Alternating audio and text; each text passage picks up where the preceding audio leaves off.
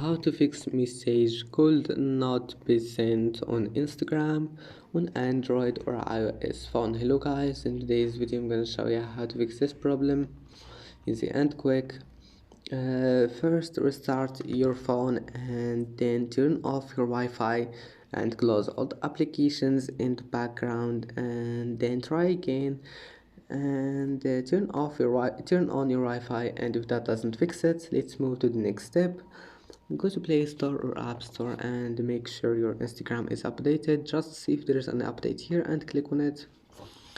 And if that also doesn't fix it, now go to settings, make sure power saving mode is disabled, and then go to apps. This one is for Android users.